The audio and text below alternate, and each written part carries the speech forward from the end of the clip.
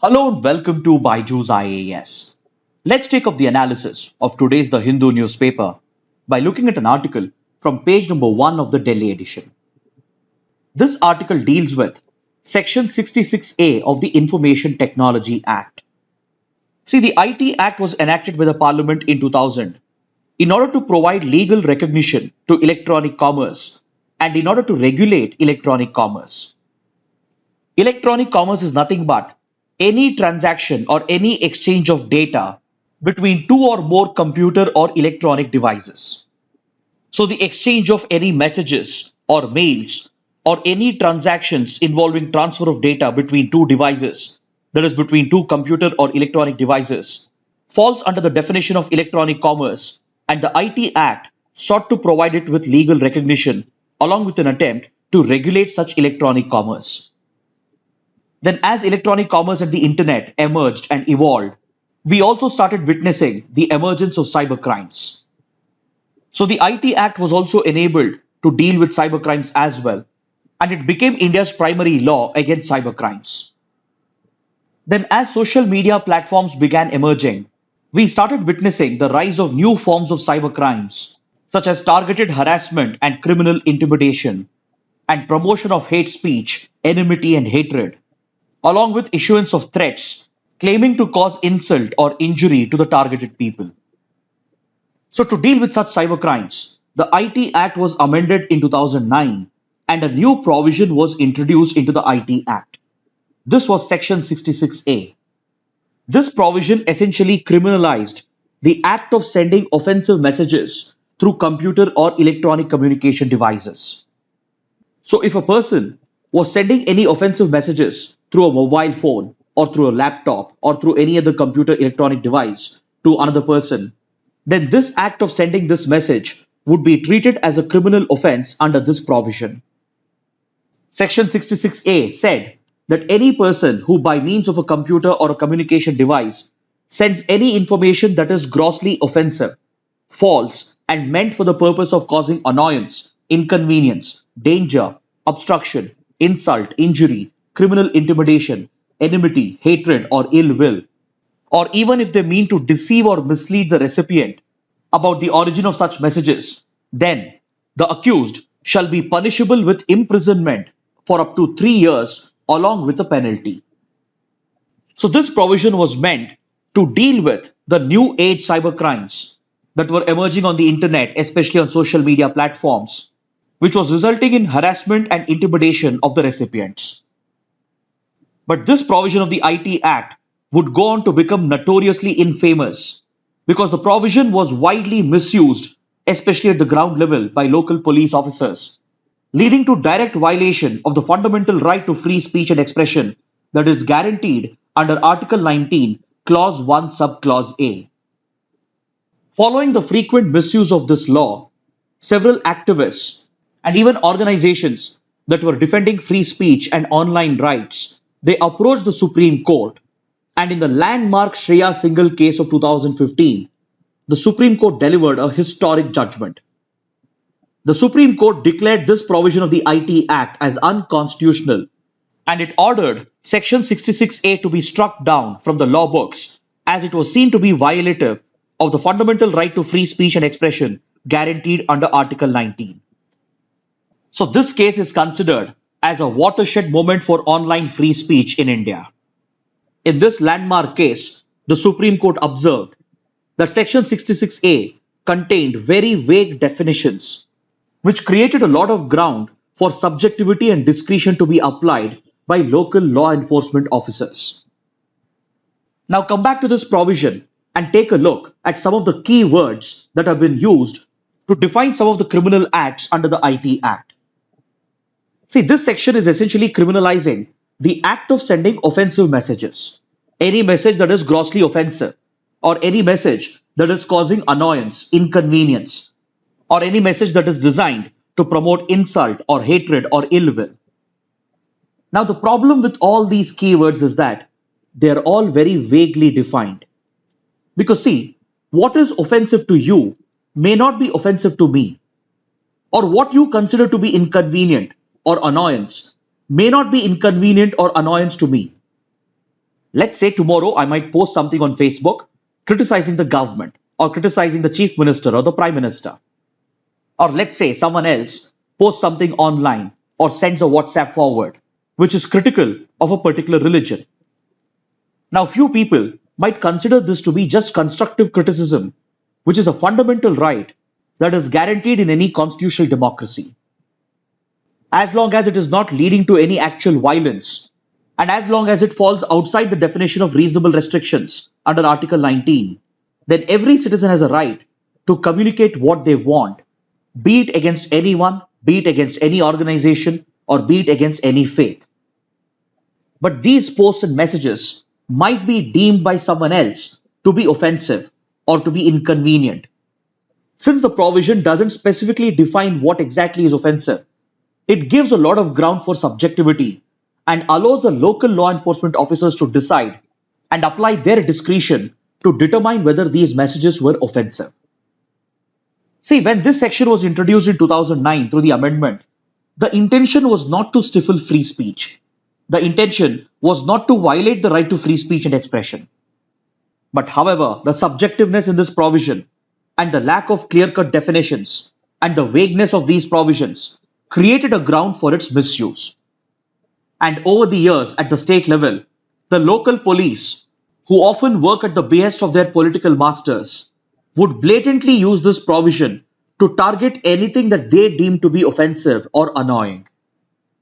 After the section was introduced, several hundreds of cases were booked around the country, and many people were even arrested just for posting something against a leader on Facebook or just for liking a post on social media platforms. Even those who were part of WhatsApp groups where messages were circulating, even they would be booked.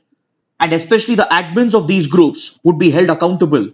And just for the act of forwarding a message or just for liking something online, they would be charged and arrested under this controversial section.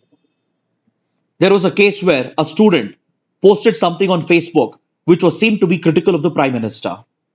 The student was charged under Section 66A and he was arrested. Then in Maharashtra, two young women had questioned the decision to call for a bandh after a political leader died. And the girl who posted this was arrested under Section 66A. And another girl who liked the post, even she was charged under Section 66A. So this was the extent to which the section was being misused by the police. And particularly the ruling parties at the state level were conveniently using the provision to stifle free speech and dissent. So online messages and posts that were critical of political leaders and political parties, especially the ruling parties, they were being targeted under Section 66A. And it was not just the originator of such messages who was being targeted, but even anyone who was seen to be forwarding them or those who were liking them, even they would be charged under the vague provisions of Section 66A. So in the landmark Shreya Singhal case, the Supreme Court acknowledged the problem and it immediately declared Section 66A to be unconstitutional and it ordered the government to strike it down from the law books. The government, on the other hand, tried to defend the law by stating that the intention of Section 66A was not to stifle Article 19 and it called for the Supreme Court to put in place guidelines instead, which would serve as a reference to the law enforcement officers, thereby preventing the misuse of this provision. But the Supreme Court pointed out that in 2013, it had actually issued such guidelines. It had ordered the local police to not arrest people under this provision, and before carrying out any arrest, they were mandated by the court to obtain permission from senior officers. But these guidelines of the Supreme Court were not followed and they were conveniently ignored. And hence, the Supreme Court said that governments come and go, they're not permanent. So today, if we take your word that the section won't be misused, and if we allow it to remain in the law books, then the provision will remain forever in the law books. Whereas governments keep changing, and down the line it's very much possible that these guidelines will be conveniently ignored. And on the ground in reality, the police will continue misusing the section to target free speech and expression under Article 19. So the Supreme Court refused to buy the argument of the government and it clearly declared that this section was unconstitutional and it should not remain in the law books. So now it has been 6 years since this landmark judgment was delivered, but shockingly, this provision is still being used by local police. This is what the article deals with. Recently, a petition was brought up in front of the Supreme Court, highlighting that Section 66A is still being used by police, and hundreds of cases have been filed in the country even after the Shreya Singhal judgment. In fact, as the petitioners have pointed out, the cases registered under Section 66A have actually increased after the judgment. So this shocking development has been brought to the notice of the Supreme Court, and the Supreme Court has expressed grave concern at these developments. The Supreme Court has taken the central government to task for failing to disseminate the orders and for failing to ensure that Section 66A is removed from the law books. See, this problem has persisted, and local police, they continue using Section 66A because the provision remains as it is in the law books. If you read the IT Act notified by the government, Section 66A is still there, and it only comes with a small asterisk that is placed above. So it basically takes you to a small footnote at the bottom of the page where the Supreme Court's order in the Shreya Singhal judgment case has been provided. And this point regarding the provision being struck down with the Supreme Court and being declared unconstitutional has only been included as a footnote by the government in the law books. As a result, local police officers, they are not aware of the changes that have happened. They only look at the main provisions which still remain in the law book. They fail to notice the asterisk, and they fail to go through the small footnotes that have been included at the bottom of the page. As a result, hundreds of cases have been filed even after Section 66A was declared as unconstitutional, and the Supreme Court has expressed grave concern in this regard. So the Supreme Court has criticized the government for failing to disseminate the orders, and hence it has taken upon itself to put in place an effective system through which the Supreme Court orders could be effectively disseminated to the grassroots, including the local police and the trial courts. Now let's take up a column from page number 6, in which the writer evaluates the proposal of the Union government to establish an All India Judicial Service. See, many law commissions and the judiciary itself, in several cases, have called upon the government to consider and implement an All India Judicial Service. Such an All India Judicial Service will be modelled on other All India services such as the IAS, the IPS, etc. And it will provide for recruitment of officers for subordinate courts, that is for the subordinate judicial services, through a national level entrance test, similar to how IAS and IPS officers are recruited through the UPSC Civil Services Examination.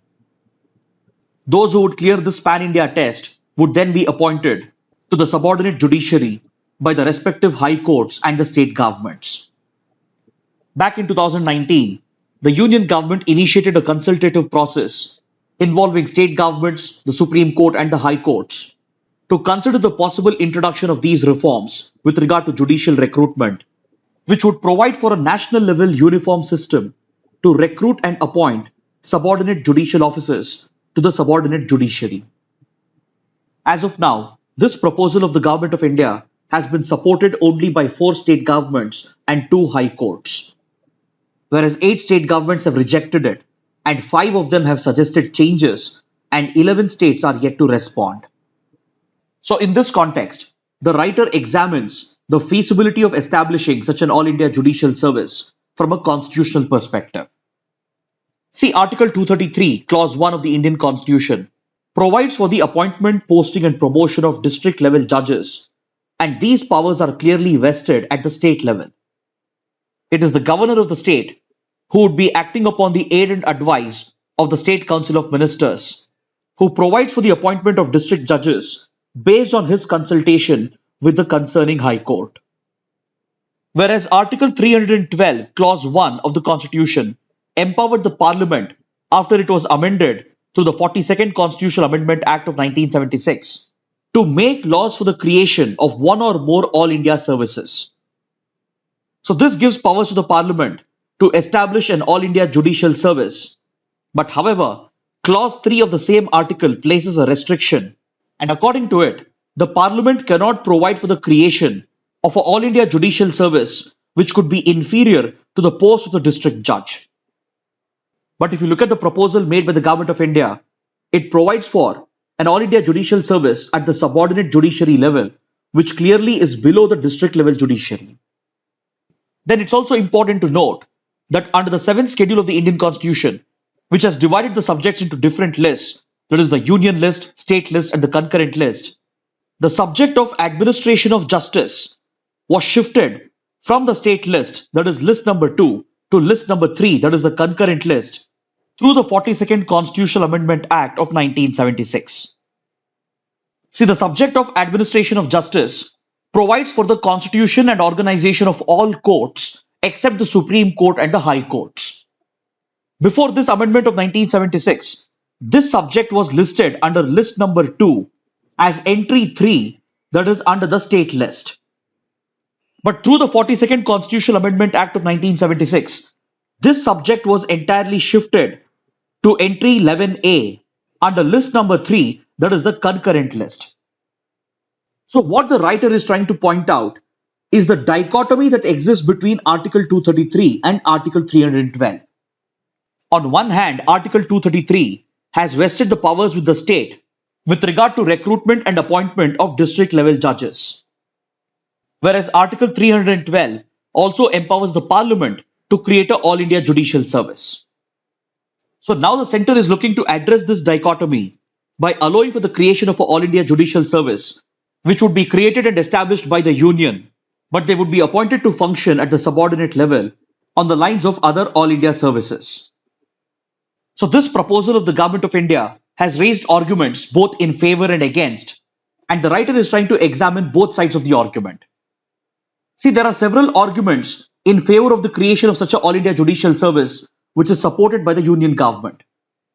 It has argued that the creation of such an All India Judicial Service will remove any scope for judicial or executive intervention in the appointments to the lower judiciary. This will bring more transparency in the appointment process. According to the Government of India, this will also help in streamlining the appointment process to the lower judiciary, and it will help in reducing the judicial delays and backlogs at the lower judiciary due to the faster filling up of vacancies. Then the Union government has also urged that an All India Judicial Service will help in providing equal representation for the marginalized sections and as well as to the deprived sections of the society through the policy of reservation. But however, several concerns have also been expressed against the creation of such an All India Judicial Service, that too at the subordinate judiciary level. The first major argument is on the principle of federalism. See, by establishing an All India Judicial Service, the prerogative of the state will become the prerogative of the Union as far as the appointment of lower judiciary is concerned. It basically brings out the dichotomy between the two articles, and if the fundamental power of the states to make rules and govern the appointment of district judges is taken away, it might go against the principle of federalism, which is seen as a basic feature of the Indian Constitution. But since the days of the First Law Commission, the creation of such an All India Judicial Service has been promoted, and in 1972, this debate had even gained momentum. Again in 1986, the issue was brought up, and the concerns were deliberated upon, and the subordinate judiciary had expressed concerns about their opportunities for promotion. See, currently, 50% of the posts of district judges are to be filled entirely by promoting the subordinate judges. Only the remaining 50% of the posts are open for direct recruitment. But if an All India Judicial Service is introduced, it might compromise the promotion opportunities available to subordinate judges. Then there is also a major concern about the language barrier. Since all cases in lower courts are argued in local languages, there are apprehensions as to how a person from a particular state can hold hearing in another state that has a completely different language. Judges who are recruited through a centralized process, they may not be fluent in local languages of the particular states where they are posted in, and this lack of understanding of the local language and the local dialects might affect the quality of judgments and hence the quality of justice. Then there are also fears about the social implications of establishing such an All India Judicial Service, as it might affect the reservation policy that is already in place in a few states. Few states like Tamil Nadu and Uttar Pradesh, they already provide for sufficient reservation to lower castes and as well as to women and other deprived and marginalized sections of the society. In case of an All India Judicial Service, the reservation policy would be made uniform and it might affect social justice in those states where a much larger percentage of seats are already reserved for the marginalized sections. So all these concerns have opened up a debate regarding the centre's proposal to establish an All India Judicial Service. This proposal has been debated by several law commissions and as well as by the judiciary. In the 1960s, the Chief Justices Conference brought up the issue and supported the creation of such an All India Judicial Service, but it was opposed by state governments and the high courts. Then the first National Judicial Pay Commission found such a proposal to be in the health and interest of the judiciary, and it reiterated support to the recommendations that were provided in the 14th Law Commission's report. Then in the All India Judges case of 1992 and in the All India Judges Association case of 2002, the Supreme Court was of the opinion that the recommendations of the Law Commission should be implemented with regard to the establishment of an All India Judicial Service.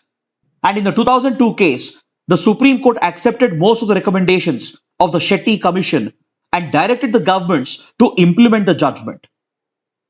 Even the National Commission to Review the Constitution, which comprised of eminent judges, was in favor of establishing an All India Judicial Service.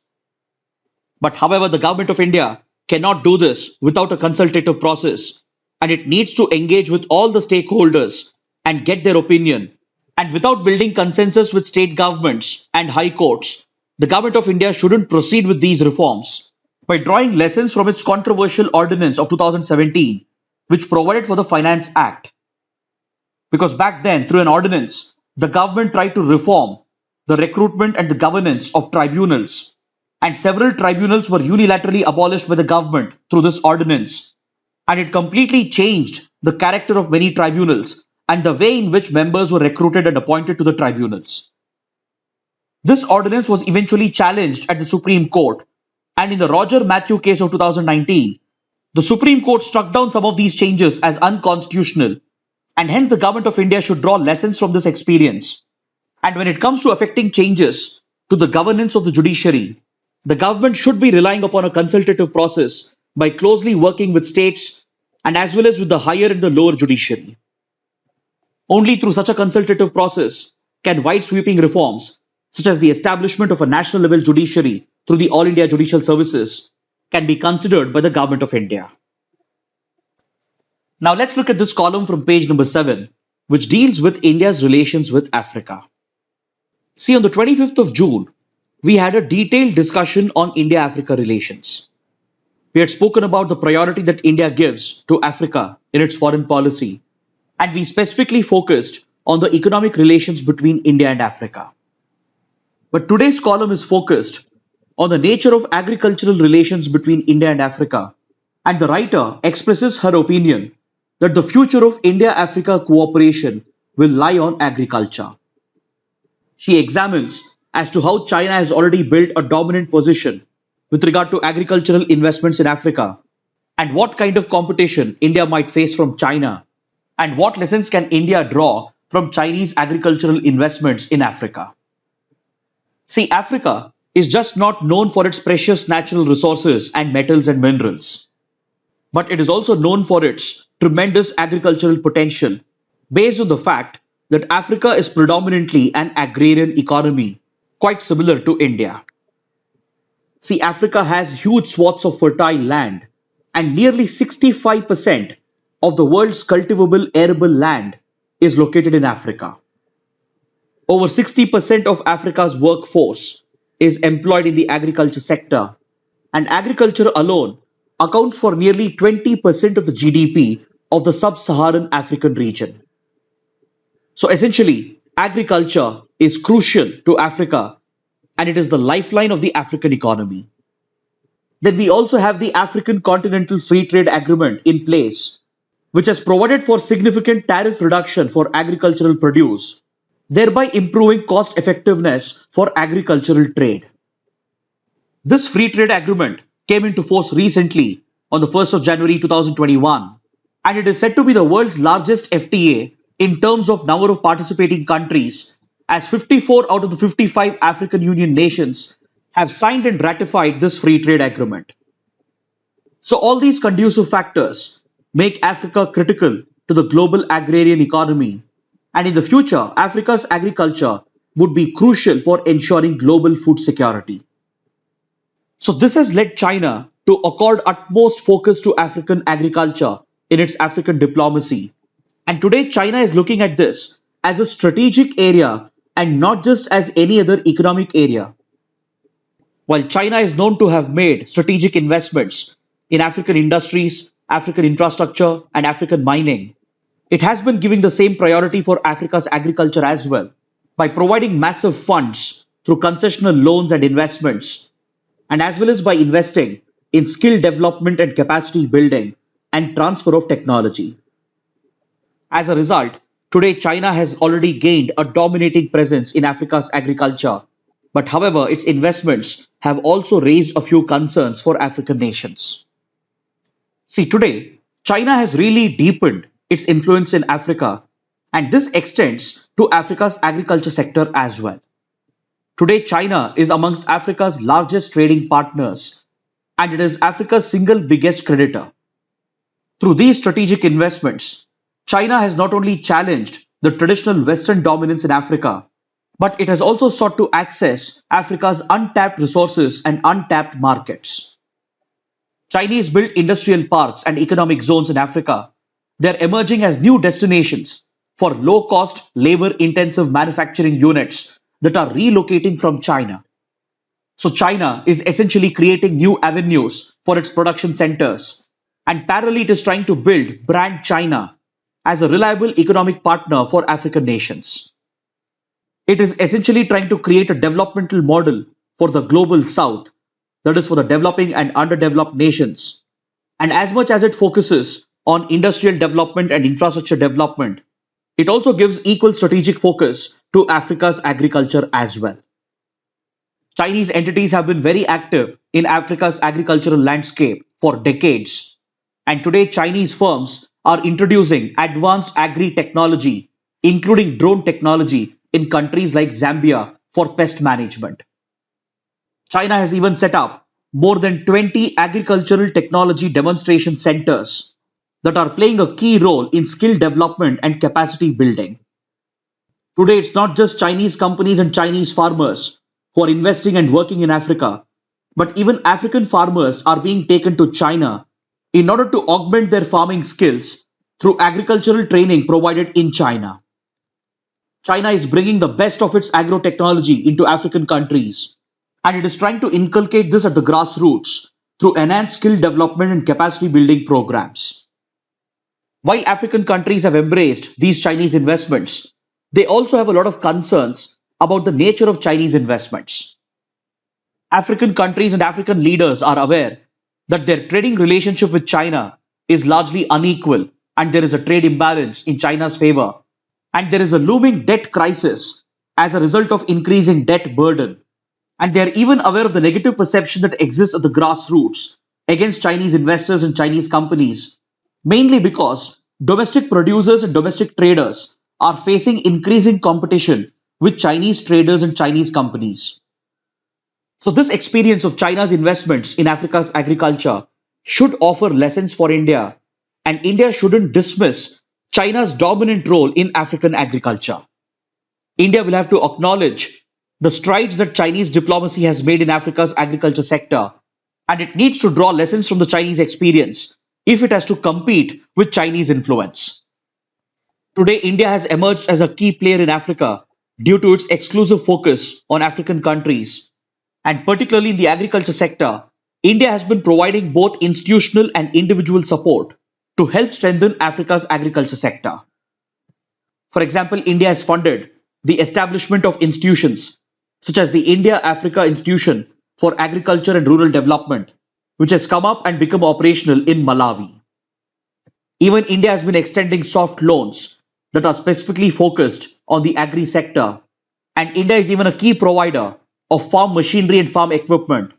And several Indian entities have even acquired farming land in Africa with the support of the Indian government. There are many large private players and entrepreneurs in India, including large farmers, who have been acquiring farmlands in Africa. And in total, Indian companies and Indian farmers have purchased more than 6 lakh hectares of land for carrying out commercial farming in Africa. Then even subnational players like state governments have been taking their own initiatives to reach out to African countries in order to exploit Africa's agriculture potential. For example, states like Kerala, they have taken their own initiative to secure cashew supplies from African countries.